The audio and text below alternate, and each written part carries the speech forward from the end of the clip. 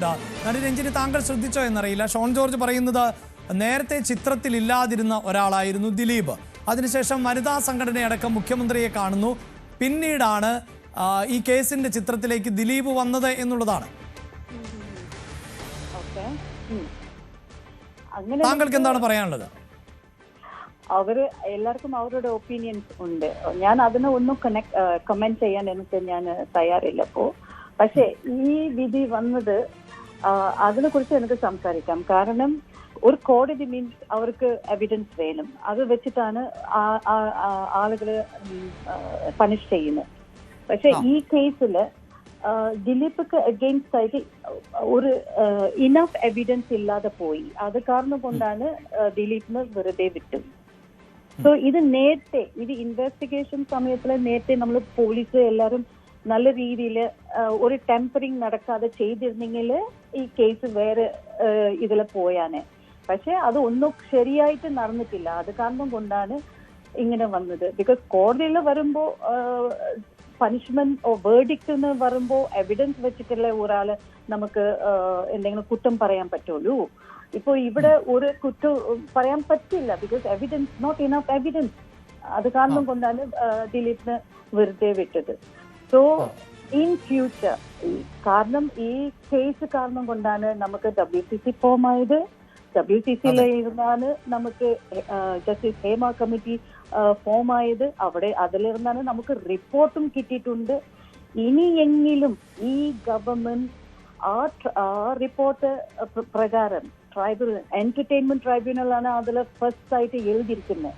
ഇനിയെങ്കിലും അത് എസ്റ്റാബ്ലിഷ് ചെയ്യണം. ഇല്ലെങ്കിൽ ഇതുപോലെ ഒരുപാട് കേസുകൾ വരും. പിന്നെ കോടതിയിൽ ചെന്നൊക്കെ ഇങ്ങനെ എല്ലാരും ഊരി പോകും. ഇത് വേണ്ടാന്ന് പറഞ്ഞിട്ടാണ് ഈ ട്രൈബ്യൂണലുകൾക്ക് വേണ്ടിയാണ് ഞാനും ഫൈറ്റ് ചെയ്യുന്നു. എന്നെ പോലെ കുറെ പേരും വോയിസ് ഔട്ട് ചെയ്യുന്നു, ഫൈറ്റ് ചെയ്യുന്നു. ഇനിയെങ്കിലും അത് ഇൻസ്റ്റാൾ ചെയ്താലേ നമുക്ക് ഈ എന്റർടൈൻമെന്റ് ഇൻഡസ്ട്രിയിലിருந்து ഇങ്ങനെ ഒരു രക്ഷ കിട്ടും. അതായത് മേഡം പറയുന്നത് ഇതിൽ കൃത്യമായ ഒരു ഗൂഢാലോചന ഉണ്ടായിരുന്നു. ഈ പൾസർ സുനി മുതൽ 6 പ്രതികൾ ഇങ്ങനെ ഒരു കൃത്യം വെറുതെ നിർവഹിച്ചതല്ല. പക്ഷേ അത് തെളിയിക്കപ്പെട്ടില്ല. ആരാണിത് നടത്തിയത്, അല്ലെങ്കിൽ ദിലീപാണിത് നടത്തിയത് എന്നത് ടെക്നിക്കലി തെളിയിക്കപ്പെടാതെ പോയി എന്നതുകൊണ്ട് മാത്രം ദിലീപ് രക്ഷപ്പെട്ടു. അങ്ങനെയാണല്ലേ? എക്സാക്ട്ലി, അത് തന്നെ. ബിക്കോസ് കോടതിയിൽ വരുമ്പോ എവിഡൻസ് വെച്ചിട്ടാണ് നോക്കുന്നു. പക്ഷെ ഇവിടെ എവിഡൻസ് ഇല്ല കറക്റ്റ് ആയിട്ട് ഇങ്ങനെ പിൻ ചെയ്യണമെന്ന് പറഞ്ഞിട്ടേ. കോടതിയിലെ ഹിയർസേ വെച്ചിട്ട് വെറുതെ ഇവർ പറഞ്ഞു അവർ പറഞ്ഞു വെച്ചിട്ട് നമുക്ക് ഒരാളെ ശിക്ഷ ചെയ്യാൻ പറ്റൂല. എവിഡൻസ് വേണം. അത് ഇവിടെ ഈ കേസിൽ എവിഡൻസ് ഇല്ലാതെ പോയി. അത് കാരണം കൊണ്ടാണ് ഇന്ന് ദിലീപ് ഇന്നസെന്റ് ആയത്. അങ്ങനെയെങ്കിൽ ഇതിപ്പോൾ ഒരു തെറ്റായ സന്ദേശം സിനിമാ മേഖലയ്ക്ക് നൽകുന്ന സാഹചര്യം ഉണ്ടാകില്ലേ? താങ്കൾ പറഞ്ഞതുപോലെ ഹേമ കമ്മിറ്റിയിൽ നിരവധിയായ സ്ത്രീ ചൂഷണങ്ങളെ കുറിച്ച് പരാമർശമുണ്ട്. പക്ഷേ അവരാരും നിയമപരമായി നേരിടാൻ തയ്യാറല്ലാത്തത് കൊണ്ട് ഒരു പരാതിയോ കേസോ ഒന്നും രജിസ്റ്റർ ചെയ്യുന്നില്ല. പക്ഷെ ഒരു കുറ്റവാളി ഇങ്ങനെ രക്ഷപ്പെടുന്നു. ഒരാൺ മേൽക്കോയ്മ ഇപ്പോഴും സിനിമയിൽ നിലനിൽക്കുന്നു. അത് തുടരുക തന്നെ ചെയ്യും. ഇങ്ങനെയുള്ള പ്രതികൾക്ക് രക്ഷപ്പെടാൻ പഴുതുകളുണ്ട് എന്നതൊരു തെറ്റായ സന്ദേശമല്ലേ, ഒരു മെസ്സേജ് അല്ലേ നൽകാൻ പോകുന്നത്?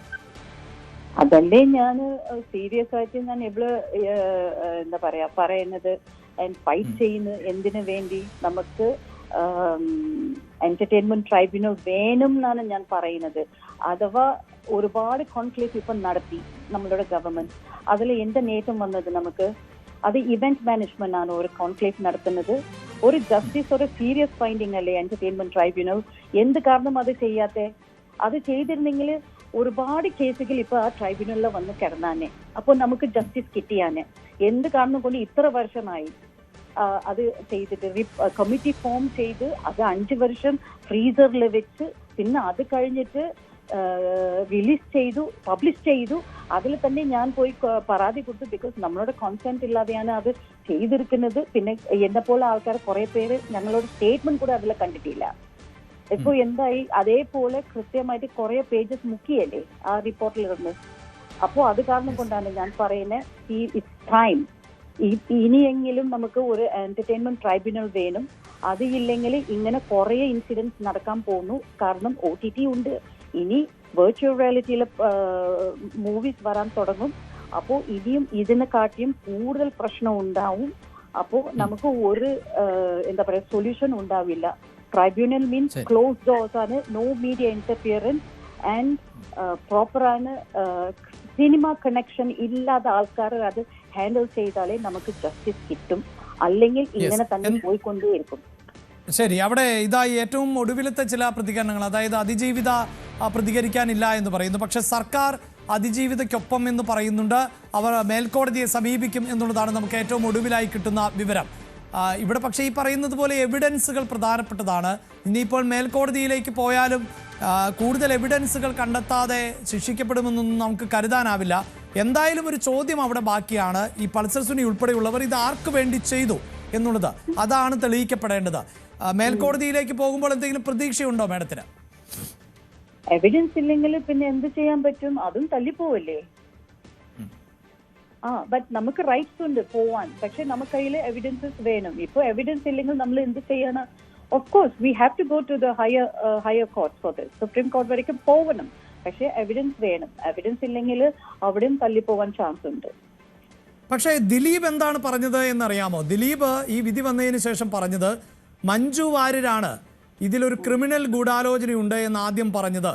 അതിനുശേഷം ഒരു ഉന്നത പോലീസ് ഉദ്യോഗസ്ഥരുടെ കൂട്ടുപിടിച്ചുകൊണ്ടാണ്. അന്ന് ബി സന്ധ്യയാണ് IG, അതുകൊണ്ട് സന്ധ്യയാണ് ഉദ്ദേശിച്ചത് എന്നാണ് നമുക്ക് മനസ്സിലാക്കാൻ സാധിക്കുന്നത്. മറ്റു പോലീസുകാരെയും മീഡിയയെയും ചേർത്തുകൊണ്ട് തനിക്കെതിരെയാണ് ഒരു ഗൂഢാലോചന നടന്നത് എന്നാണ് പറയുന്നത്. ഞാൻ അതിനെ ഒന്നും കമന്റ് ചെയ്യാൻ പോകുന്നില്ല. കാരണം എനിക്ക് അത് സെക്കൻഡറി ആണ്. ഫസ്റ്റ് നമ്മളുടെ സിസ്റ്റർക്ക് നടന്ന കാര്യമാണ് നമ്മൾ ഇവിടെ ചർച്ച ചെയ്യേണ്ടത്. അത് ശരിക്കും വളരെ ദുഃഖமான ഒരു കാര്യമാണ് നടന്നത്. അത് ആർക്കും അത് അങ്ങനെ നടക്കാൻ പാടില്ല. എനിവേ ഗവൺമെന്റ് അവർ കാരണം കൊണ്ടാണ് നമുക്ക് WCC ഫോം ആയത്.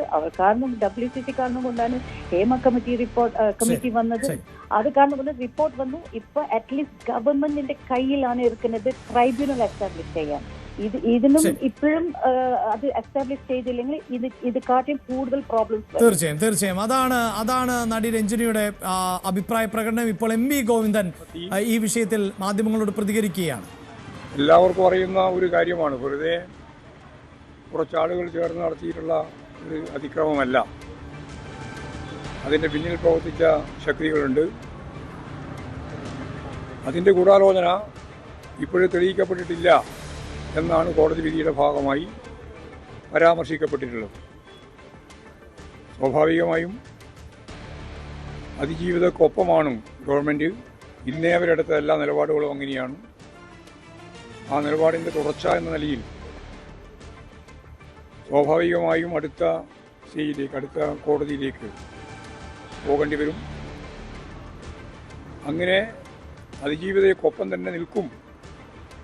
അത് ഏതറ്റം വരെയും പോകാൻ തയ്യാറാണ് എന്ന ഗവൺമെൻറ്റിൻ്റെ നിലപാടിനോടൊപ്പം തന്നെയാണ് CPIM എല്ലാ കാലത്തും ഉറച്ച നിലപാട് സ്വീകരിച്ചിട്ടുള്ളത്.